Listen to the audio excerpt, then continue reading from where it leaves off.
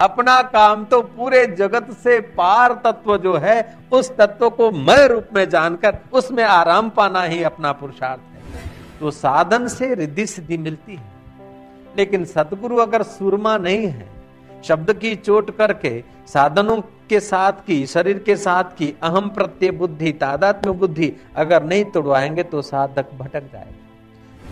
इष्ट मंत्र गुरु को त्याग कर जो इधर उधर भटकते हैं, समझ लो उनके चित्त में श्रद्धा नहीं है, और श्रद्धाहीन व्यक्ति कहीं भी सफल नहीं हो सकता। आत्मज्ञानी महापुरुष जैसा विश्व में और हमारा कोई हितैषी था नहीं, है नहीं, होना चाहे तो हो नहीं सकता।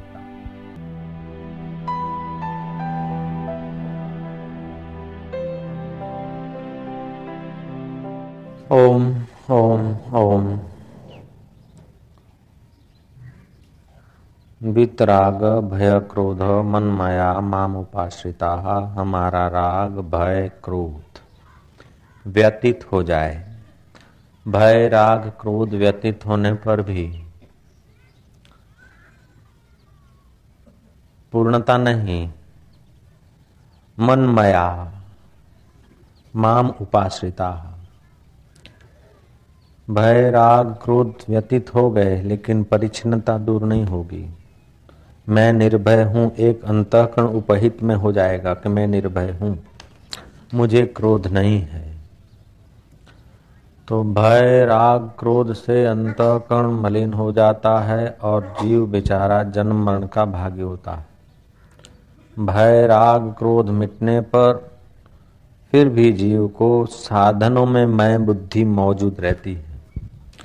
हकीकत में भय राग क्रोध आदि होते हैं मन बुद्धि में। मन बुद्धि साधन है।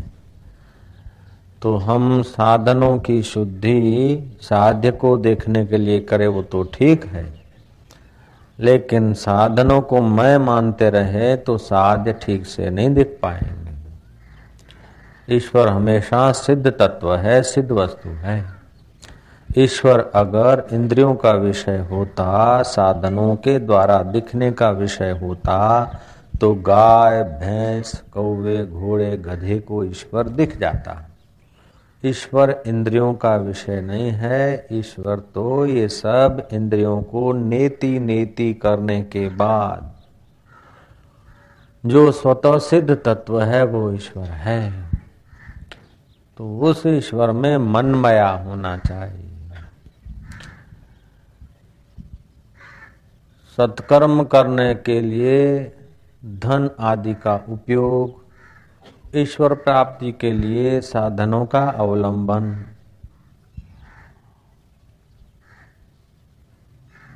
और सत्कर्म करने के लिए बुद्धि का अवलंबन लेने वाले व्यक्ति से भी जो माम उपाश्रिता है, ईश्वर के माम के नजीक बैठता है, वो जल्दी पहुंचता है। ध्यान से सुने। यहां तक कि संग्रह और भोग का त्याग करने का साधन भी उतना तीव्र नहीं पहुंचाता, जल्दी नहीं पहुंचाता, जितना माम उपाश्रिता होने से होता है। ईश्वर का माम उपाश्रिता, उप माना समीप, ईश्वर के उपवास, जैसे उप माना नजीक वास करना, ऐसे ही उपाश्रिता। संसार में हम लोग किसी न किसी का आश्रय लिए बिना नहीं रहते। किसी में हमारी प्रीति होती है और किसी का हम आश्रय लेते हैं। धन में, कुटुंब में, परिवार में, मकान में, गाड़ी में, गहनों में, कपड़ों में हमारी प्रीति होती है, और जो बलवान है उनका हम आश्रय लेते हैं। तो पदार्थों में प्रीति होती है और बलवान उन पदार्थों की रक्षा करने में जो समर्थ है उनका हम आश्रय लेते हैं। तो पदार्थों की प्रीति, नश्वर पदार्थों की प्रीति हमें दुख देती है और अधीन रखती है, और बाह्य आश्रय भी हमें भय से बनाए रखता है, उनका भय बना रहता है। सेठ का आश्रय, साहूकार का आश्रय, किसी न किसी का, नेता का, किसी न किसी का आश्रय लेंगे बाहर। तो ये जीव हमेशा कोई न कोई आश्रय भीतर थामा हुआ है।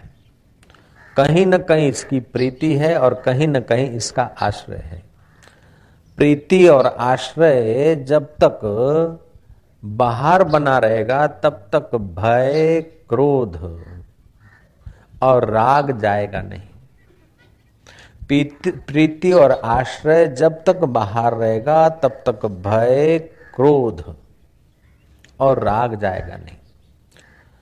क्योंकि जो वस्तु हम चाहते हैं उसमें अगर विघ्न डालता है कोई तो उसके प्रति क्रोध होगा, अगर हमारी बराबरी का है तो।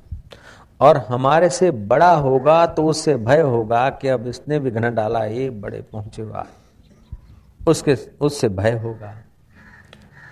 तो भय कभी कभी तो कल्पना करके, भूतकाल का चिंतन करके द्वेष होता है, दुख होता है। भूतकाल में सुख भोगा है उसकी याद में भी दुख होता है, और दुख भोगा है उसको याद करके भी दुख होता है। और भविष्य काल का कल्पना करके भी भय पैदा होता है, और वर्तमान में हमारी वृत्ति में मोह होता है।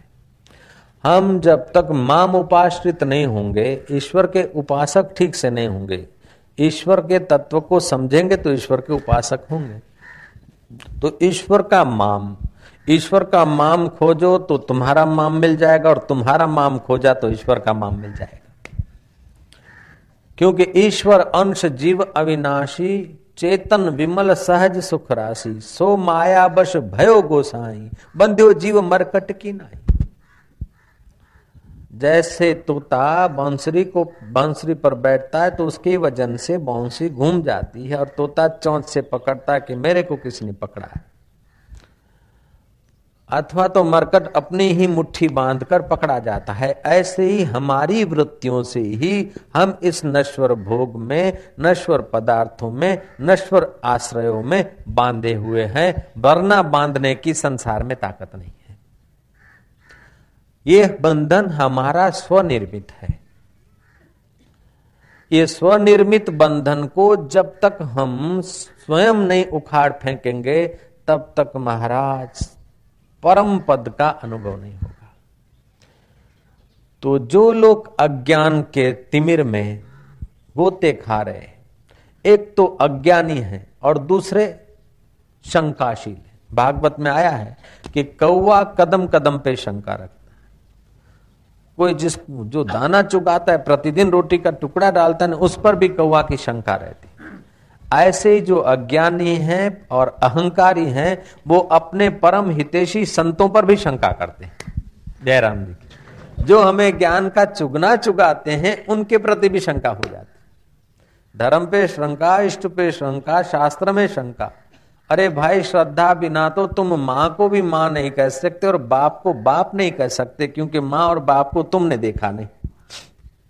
श्रद्धा तो एक ड्राइवर पर भी रखनी पड़ती है। 80 आदमी, मां, धन, माल, जान सब एक ड्राइवर के सुदर्शन चक्र पर, स्टीयरिंग पर भरोसा रखकर आते हैं।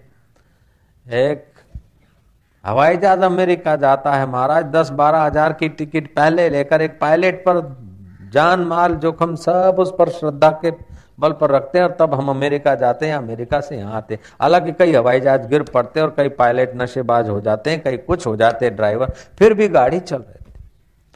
आप श्रद्धा चाहे बनाने वाले पर भी रखते हैं कि गाय या भैंस का ही दूध होगा, घेटे या बकरे का या गधे का दूध नहीं होगा, अथवा तो जूठा नहीं होगा, शुद्ध होगा।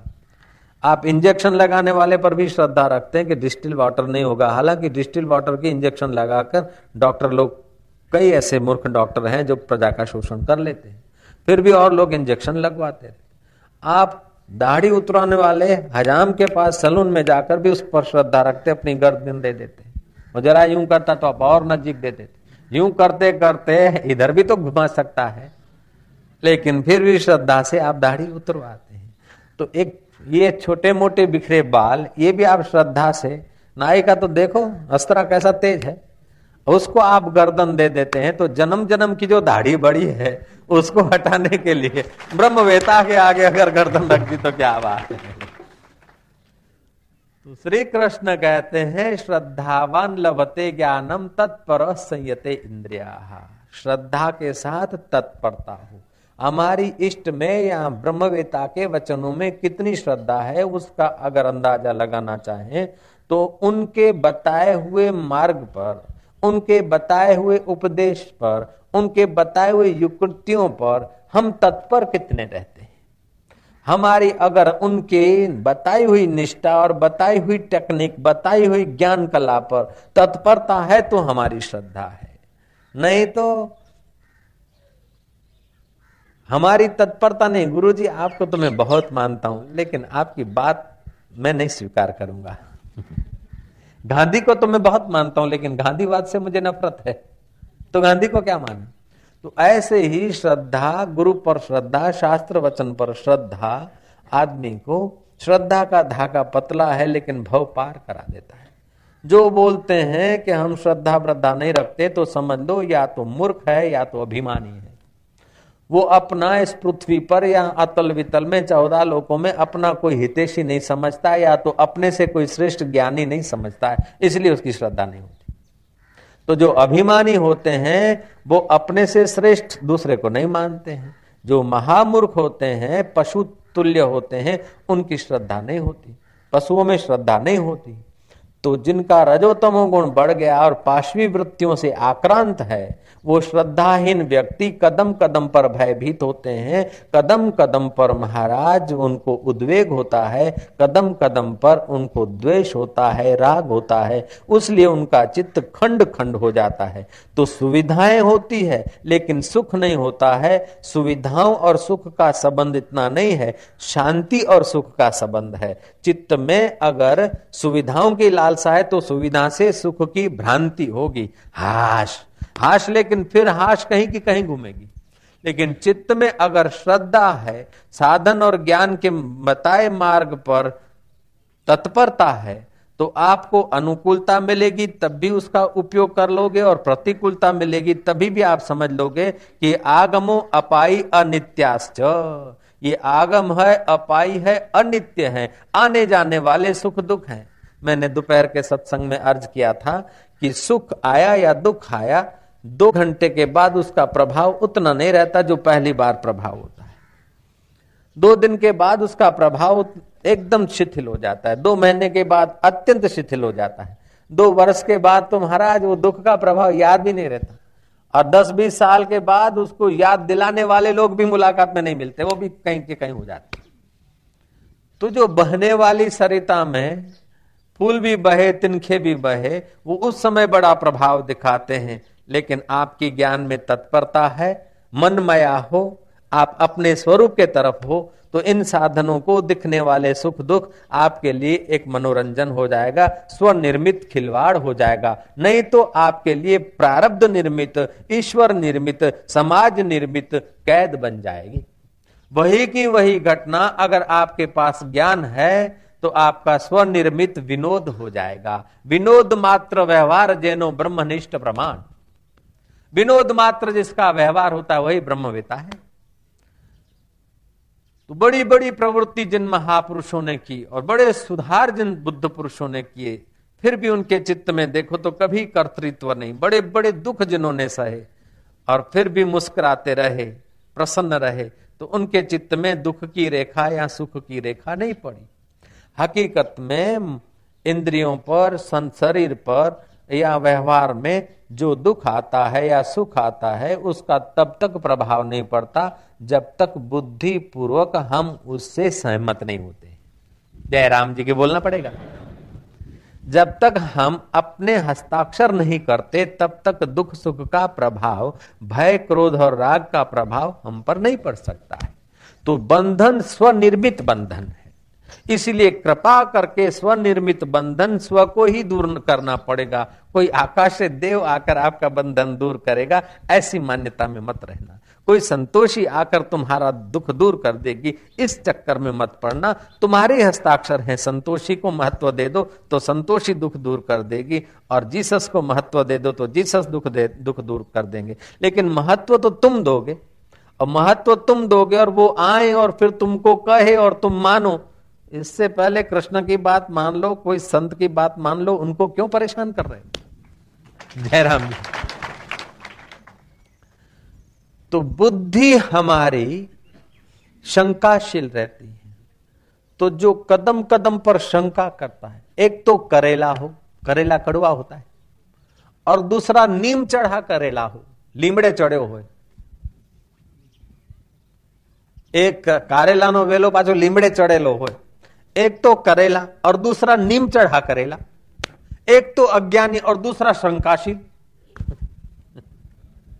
एक तो अज्ञानी और दूसरा अहंकार वाला। श्री राम।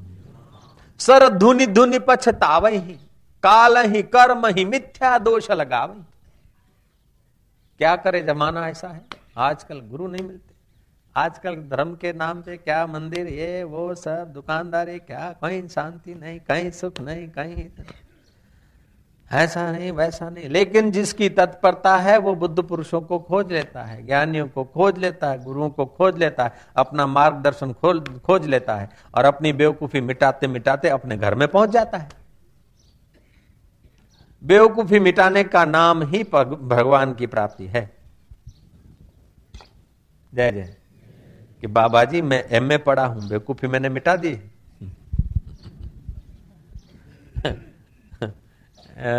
तुमको राजी करना तो हम कहेंगे बा ठीक हो साहब हो, लेकिन बेवकूफी नहीं मिटी है। मैं आईएएस हो गया हूं, बेवकूफी मिट गई, मिटा दिया मैंने। नहीं, शास्त्र किसको बेवकूफी बोलते हैं कि इंद्रियों को, मन को, शरीर को, इन साधनों को मैं मानकर जो हम जीते हैं तो बेवकूफी है।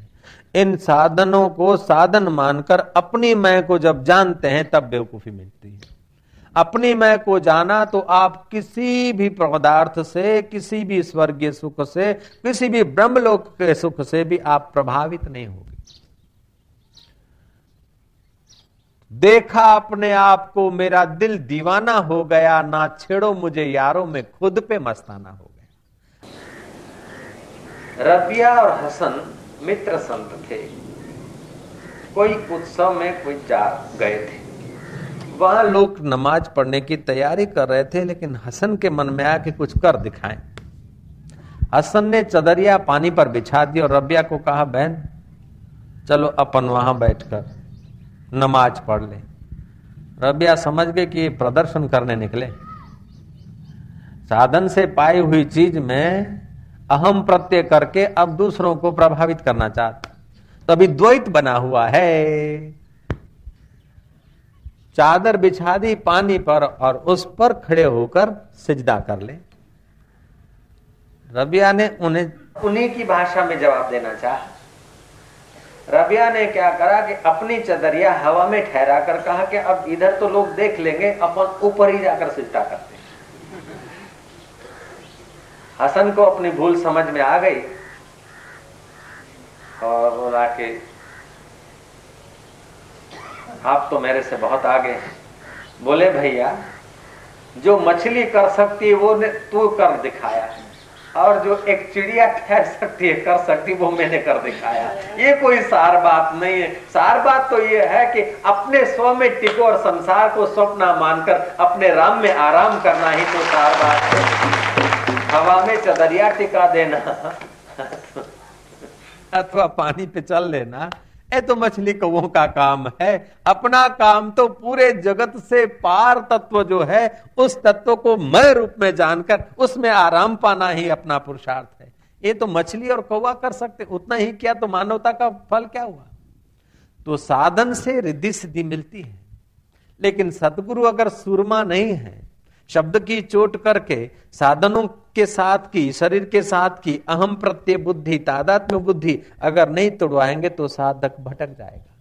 मैं भूत शुद्धि का मंत्र लेने गया, मैं प्रेत शुद्धि का मंत्र लेने गया, क्योंकि मेरे जीवन में शोक है, मैं अशोक होना चाहता हूं। नाम तो अशोक रखा लेकिन शोक भरा है। श्री राम। भूत सिद्धि का, प्रेत सिद्धि का, पूछड़ा सिद्धि का, अरे तू क्यों सिद्ध बनना चाहता, सभी तुझसे सिद्ध है खेल सारी सिद्धियां, तू सिद्ध का भी सिद्ध है। चाह न कर चिंता न कर, चिंता ही बड़ी दुष्ट है श्रेष्ठ से भी श्रेष्ठ मगर चाह करके दुष्ट है। तू श्रेष्ठ से भी श्रेष्ठ है, महान से भी महान है। तू अपने आप में मनमया हो जा, तब पता चले। इष्ट मंत्र गुरु को त्याग कर जो इधर उधर भटकते हैं, समझ लो उनके चित्त में श्रद्धा नहीं है, और श्रद्धाहीन व्यक्ति कहीं भी सफल नहीं हो सकता है। एक कुआं खोदा, फिर देखा कि पानी नहीं निकला, 15 फीट मेहनत की, फिर दूसरा खोदा, तीसरा खोदा, पूरा खेत कुओं से भर दिया, महाराज पानी की बूंद नहीं मिली। पुरुषार्थ तो बहुत किया, लेकिन मन माना किया। अगर मन माना हम काम करते ही आए तो मन पुष्ट होता जाएगा। एक जन्म में तो नहीं, 1000 जन्म में भी अपने स्वरूप का बोध नहीं होगा। इसलिए गीताकार ने कहा, विमूढ़ा नानुपश्यन्ति पश्यन्ति ज्ञान चक्षुषा। तो अज्ञान तिमिरांधस्य ज्ञान अंजन शलाकय चक्षुर्मिलितम येन तस्मै से गुरुवे नमः। जो अज्ञान तिमिर को हटाकर ज्ञान की आंख दे दे, ऐसे गुरुओं को हमारा नमस्कार है, ऐसे गुरुओं की हम खोज कर रहे हैं। तो हमारी बुद्धि जब तक साधनों से अटैचमेंट नहीं करती, तब तक हमें बंधन नहीं होता है। हम घर से यहां आए, कई गाड़ियां, मोटरें, मकान, व्यक्ति मिले, लेकिन उनकी स्मृति नहीं है। जिनके प्रति राग था उनकी स्मृति है, और जिनके प्रति द्वेष था उनकी स्मृति है। जिस मकान, दुकान, व्हीकल के प्रति राग था कि रास्ते में वो फलानी व्हीकल देखी, फलानी कार देखी, हम ऐसे लेने वाले। आप अगर कार खरीदते हैं तो जिस प्रकार की कार खरीदते हैं उसी प्रकार की कार अगर रोड से गुजर रही है तो आपका चित्त में रेखा पड़ेगी। और जिस प्रकार की कार आपके पास है या बेचना चाहते हैं, तो उस मतलब जिसके प्रति आपका राग होगा या द्वेष होगा, वही चीज आपको आपके चित्त में रेखा डालेगी। अगर आपके चित्त में मनमया है, अपने स्वरूप का बोध है, स्वरूप का बोध होने से संसार गंधर्व नगर लगेगा। जब गंधर्व नगर लगेगा तो गंधर्व नगर की कौन सी चीज के प्रति तुम राग करोगे और कौन सी चीज के प्रति द्वेष करोगे? सिनेमा भी एक सिनेमा नगर, गंधर्व नगर का भाई तो है, और क्या है। सिनेमा में आपको एक स्त्री दिखी जो भोजन बनाकर तैयार रखती और कह रही कि ले लो, खा लो मेरे भैया, आओ लो मेरे पति देव, मेरे भैया, और पति अकड़ा है कि नहीं खाना है। और आपको भूख लगी तो क्या आप कुर्सी छोड़कर खाने जाएंगे कि चल वो नहीं खाते तो मेरे को दे दे बहन जी? सब सिनेमा जगत में बड़ी जोरों की मारामारी हुई, हर एक दूसरे के दांत तोड़ डाले, तो क्या आप उठकर मलम पट्टी करने को जाएंगे अथवा छुड़ाने जाएंगे? अगर छुड़ाने जाते हैं तो आप सिनेमा को सच्चा मान रहे हैं और डर के भाग जाते कि लड़ रहे, भागो भागो भागो। सिनेमा पूरी होने के बाद सिनेमा का जो कुछ तुमने देखा उसके प्रति क्या तुम्हारी राग या द्वेष की बुद्धि रहेगी? नहीं। सिनेमा को सिनेमा समझ लिया तो आपने सिनेमा ठीक से देखा, और सिनेमा को सच्चा माना तो पैंट ऐसी लंबी चौड़ी हो जाएगी, नोकें ऐसी आवारा कट हो जाएगी, और चाल ढाल ऐसी हो जाएगी, और चित्त में अशांति आ जाएगी। क्योंकि सिनेमा देखने से अशांति आएगी। उसका कारण क्या कि सिनेमा वाले नहीं चाहते कि आपको अशांति आ जाए, लेकिन सिनेमा में जो स्त्री पुरुष दिखाए जाते हैं उनके रहन सहन, घूमना फिरना और हवाओं और तूफानों का और बारिशों का मजा लेना जो दिखाया जाता है, हिचके में डोलना और कार चलाना और एक दूसरे के तरफ मुस्कुराना, निहारना, वो दिखाया जाता है, एक्टिंग होती। और उनका पफ पाउडर और महाराज श्रृंगार, हार श्रृंगार, मेकअप जो है वो मेकअप किया हुआ होता है। तो सिनेमा की स्त्री, आपकी स्त्री सिनेमा की स्त्री की नहीं तो हो नहीं सकेगी, और आपका घर सिनेमा वालों के घर जैसा तो बनेगा नहीं, और आपका हस्बैंड भी हीरो जैसा होगा नहीं, और आपकी मिसेस भी हीरोइन जैसी होगी नहीं। तो वो देखकर अगर चित्त में राग घुस गया तो अपनी मिसेस होते हुए भी चित्त में खिन्नता रहेगी, अपना मिस्टर होते हुए भी चित्त में खिन्नता, और अपने घर में रहते हुए भी आप अपने घर में नहीं है, किसी काल्पनिक घर में गोते खा रहे हैं। जयराम जी की इससे अशांति होती। क्योंकि बुद्धि में राग आ जाता है कि ऐसा किसी की मोटर देखकर, किसी की बाड़ी देखकर, किसी की लाड़ी देखकर, किसी का रूप देखकर, किसी का कुछ देखकर बुद्धि अगर अटैचमेंट कर रही है, इच्छा कर रही है, तो आपका सुख खंडित हो जाएगा, आपकी शांति गुम हो जाएगी और बुद्धि निर्णय शक्ति से कुछ नीचे चली आएगी।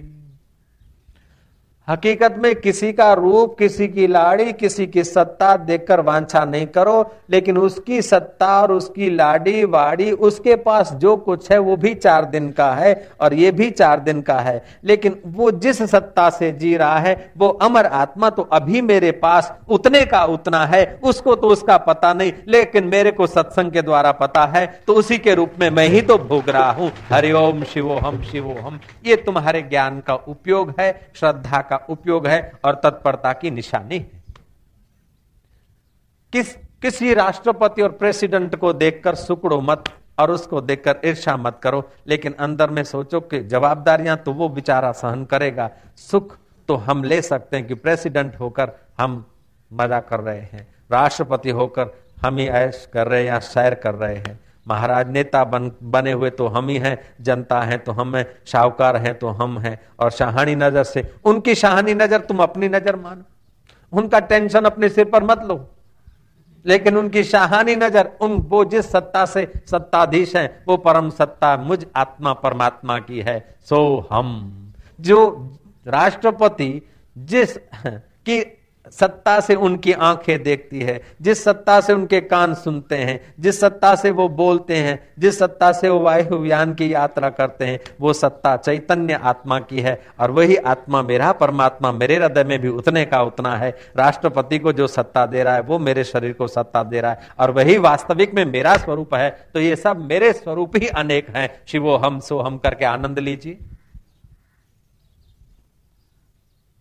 लेकिन वो बनना तो फिर महाराज पोस्ट छूटेगा, फिर जब घर जाना तो फिर उतना भी सुकड़ना।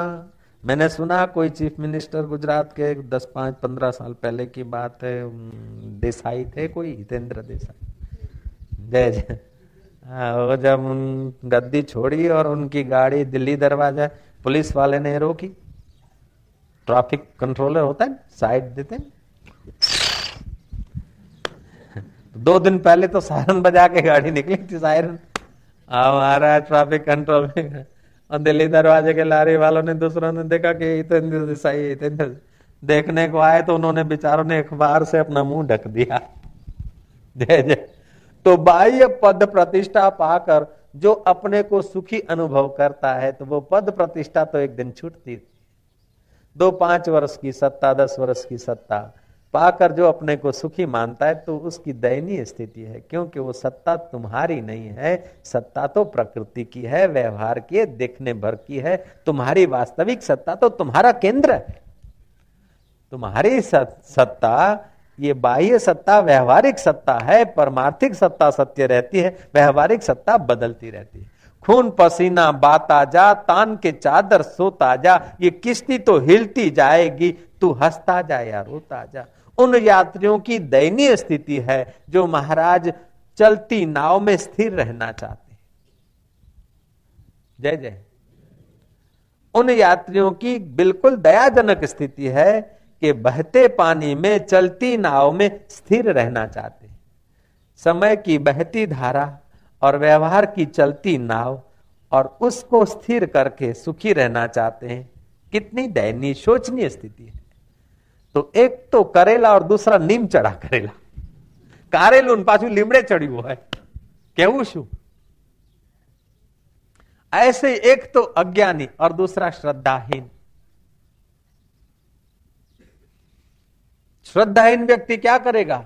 मन में जो आएगा ऐसे ही करेगा, और मन में जो मंत्र आया वो जप लिया। तो जिस मंत्र की आप व्याख्या सुनेंगे बढ़िया, आज वो जपा, दूसरे महापुरुष के पास दूसरे मंत्र की इष्ट की व्याख्या सुनेंगे वो जपेंगे। जिस देव की इष्ट की आराधना आज कर रहे हैं, 15-25 दिन, 2 महीने, साल में, 2 साल में दूसरे इष्ट की महिमा सुनोगे, उसका जप तब ध्यान करने लगोगे। तो साधन बदलते बदलते महाराज काम नहीं बनेगा, लेकिन आपके जीवन में जो अज्ञान है उस अज्ञान को निवृत्त करने के लिए आत्मज्ञानी महापुरुष जो आपके लिए मार्ग निर्दिष्ट कर दे, उस मार्ग पे आप अगर चल रहे हैं, उनकी सीख को तत्परता से आप व्यवहार में ला रहे हैं, तो आप स्वतंत्र सिंहासन पर बैठने के अधिकारी हो जाएंगे। स्वतंत्र सिंहासन क्या है कि जीवन में काम का प्रसंग आएगा, क्रोध का आएगा, भय का आएगा, लोभ का आएगा, और आप उसके साथ अटैचमेंट नहीं करेंगे। काम, क्रोध, लोभ, भय, चिंता, दुख ये तब तक प्रभाव रखते हैं जब तक हम उनके साथ जुड़ते हैं। स्लाटर हाउस की खूंखार तलवारें तब तक प्रभाव रखती है जब तक उसके साथ करंट जुड़ा है। सगड़ी तब तक प्रभाव रखती है जब तक इलेक्ट्रिसिटी की लाइन उससे जुड़ी है। ऐसे ही तुम्हारे चित्त में जो दुख आता है, तो दुख के साथ अगर तुम जुड़ो नहीं तो दुख का प्रभाव डिस्कनेक्ट हो जाएगा। जो सुख की लोलुपता आती है उसके साथ बुद्धि का हस्ताक्षर न करो तो डिस्कनेक्ट हो जाएगा।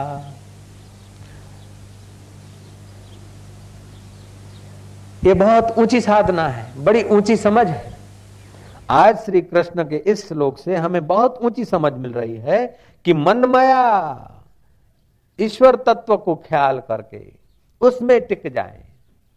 भय, राग और क्रोध को छोड़कर, भय, राग, क्रोध को सम्मति न देकर अपने स्वरूप में सम्मति दें, तो भय, राग और क्रोध तेजोहीन हो जाएगा, प्रभावहीन हो जाएगा। जैसे जली रस्सी बांध नहीं सकती और टॉर्च मारकर दिखा हुआ ठूंठे में जो चोर वो डरा नहीं सकता, और रस्सी में दिखने वाला सांप और उसका माई बाप महत्व नहीं रखता, ऐसे ही ब्रह्म में विवर्त रूप से दिखने वाला जगत कोई तुम्हारे लिए महत्व नहीं रखता। न बंधन रखता है, न भय रखता है, न शोक रखता है, क्योंकि आपके पास देखने की ठीक निगाह है। जगत में जो भी दुख है उसका मूल अज्ञान है, और उसके बेटा बेटी शंका है, अहंता ममता उसका परिवार है। अज्ञाने न आवृतम ज्ञानम तेन मोहंती जंतवा। अज्ञान से जिनका ज्ञान ढक गया है वे लोग थोड़ी थोड़ी बात पे विमोहित हो जाते हैं। तो वर्तमान में विमोहित हो जाते हैं और भूतकाल में घृणा और दुख से भर जाते हैं और भविष्य की चिंता करके भय से भर जाते हैं। तो वर्तमान, भूत और भविष्य एक ही अंतःकरण में, उस अंतःकरण का अधिष्ठान जो आत्मा है, जो मैं हम बोल रहे हैं, उस मैं को जिसने खोजा उसके बंधन खुल जाते हैं। जिन खोजा तिन पाया गहरे पानी पैठ, मैं भोरी डूबन डरी रही किनारे बैठ। मिस्र देश में एक संत हो गए। उनके भक्तों का आग्रह था कि गुरुदेव पधारो। अलेक्जेंडर कोई सिटी, कोई जगह होगी, वहां ले गए। वहां वे भक्तों के बीच उत्सव में रहे। उन्होंने जाहिर किया कि कल मैं उन दूर दूर पहाड़ियों पे अज्ञातवास के लिए जा रहा हूं, कल से। भक्तों ने देखा कि गुरु महाराज की हाजिरी हमारे लिए बड़ी हिम्मतदायी है, गुरु महाराज की हाजिरी हमारे लिए बड़ी शांतिदायी है, गुरु महाराज की हाजिरी हमारे दुख निवर्तक, सुख और प्रेम को प्रकट करती है, आत्म विश्रांति देती है। और सच्चा जगत में, विश्व में आज तक हमारा अगर परम हितैषी हमें जीवन में कोई मिला हो, करोड़ों जन्मों में अगर कोई परम हितैषी व्यक्ति खोजना हो तो सदगुरु हो सकता है, उससे बड़ा कोई हितैषी नहीं हो सकता। हमारे साधनों के हितैषी तो हमारे मित्र परिवार हो सकते हैं, लेकिन हमारा हितैषी तो सतगुरु ही हो सकता है, दूसरे के बश की बात नहीं। दूसरा होना चाहे तो हो नहीं सकता। जयराम जी की ध्यान से सुने। हमारा परम हितैषी तो कोई ब्रह्मवेता महापुरुष ही हो सकता है, दूसरा होना चाहे तब भी नहीं हो सकता।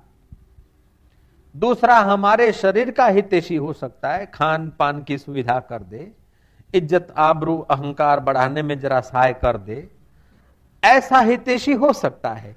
लेकिन हमें जन्म मरण से छुड़ाकर अपनी गद्दी पर जो बैठा हुआ है वही बैठा सकता है। जो बैठा है वो ब्रह्मवेता है और वही बैठा सकता है, इसलिए वही हमारा परम हितैषी है। उससे अतिरिक्त और पूरा हितैषी कोई हो नहीं सकता। आत्मज्ञानी महापुरुष जैसा विश्व में और हमारा कोई हितैषी था नहीं, है नहीं, होना चाहे तो हो नहीं सकता।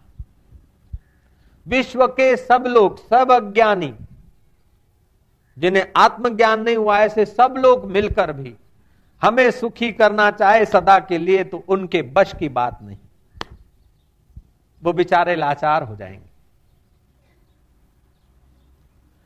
और हमें ब्रह्मवेता गुरु की प्रसादी पच गई है, तो विश्व के सब लोग मिलकर हमें सदा दुखी करना चाहे तो उनके बश की बात नहीं, क्योंकि हस्ताक्षर हम करेंगे तभी दुखी होंगे। देखो कितनी स्वतंत्रता है, कितनी आखिरी बात।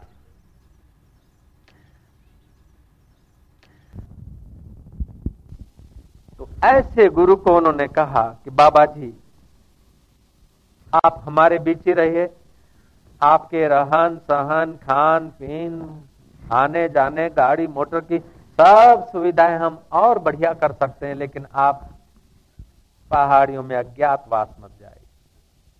उन्होंने कहा कि भाई और तुम्हारी दुनिया और हमारी दुनिया अलग है। हम कभी कभी तुम्हारी दुनिया में आते हैं, नीचे उतरते हैं, साधनों को मैं मानकर उसका उपयोग करके दिखा देते हैं, लेकिन हम सिद्ध वस्तु में अपने प्रियतम में मस्त रहने के लिए एकांतवासो लघु भोजनादौ मौनम निराशा करणावरो, चित्त के प्रसाद को पाने के लिए एकांत, और हम उस प्रियतम में तृप्त रहेंगे एकांत में, अब बखेड़े में ज्यादा नहीं रहते। गिरधर कविराज हो गए, वेदांतिक जगत में बहुत लोग उन्हें जानते हैं। गिरधर कविराज जी ने कहा, थोड़े दिन के वास्ते कौन उपाधि करे, किस जीवन के वास्ते जग में पची पची मरे। जो राग में, द्वेष में, भय में, क्रोध में पच रहे हैं, ऐसे व्यक्तियों के साथ अगर साधक भी या संत भी अधिक समय बने रहेंगे तो उनका थोड़ा बहुत तो उष्णता लगती है। जब उष्णता लगती है तो स्वरूप में निष्ठा है तो हटा देंगे, नहीं तो एकांत में जाकर और गोता मारेंगे। और निष्ठा होते हुए भी एकांत में जैसा मजा है, ब्रह्मवेताओं को एकांत पहाड़ियां, नदी तालाब का किनारा, एकांत जंगल झाड़ी या जिज्ञासुओं के बीच उनको जितना आनंद आता है उतना संसार के बड़े बड़े रहीशों और आडंबर से जीने वाले व्यक्तियों के बीच नहीं आता। वो संत चले गए एकांत में। मेरे गुरुदेव भी साल में 2-2.5 महीना नैनीताल के जंगलों में एकांत में निवास करते थे। तो ये बात उसलिए कह रहा हूं कि कभी कभी कृपानाथ आपने जो सुना है उसको मनन नित्याध्यासन करने के लिए कभी मौन, कभी एकांत, कभी पवित्र जगह का अवलंबन लेकर अपनी निष्ठा बनाई। रुपया बनाया आपने, शरीर बनाया, मकान बनाया, घर बनाया, लेकिन ये सब बहुत तुच्छ चीजें हैं, छोटी चीजें। ये बनाने के लिए आपका अवतार नहीं हुआ है। आपका जन्म ये तुच्छ खिलौने बनाने के लिए नहीं हुआ। आपका जन्म हुआ है अपनी वृत्ति बनाने के लिए। वृत्ति ऐसी बनाओ कि वृत्तियों से निवृत्ति हो जाए। जय राम जी।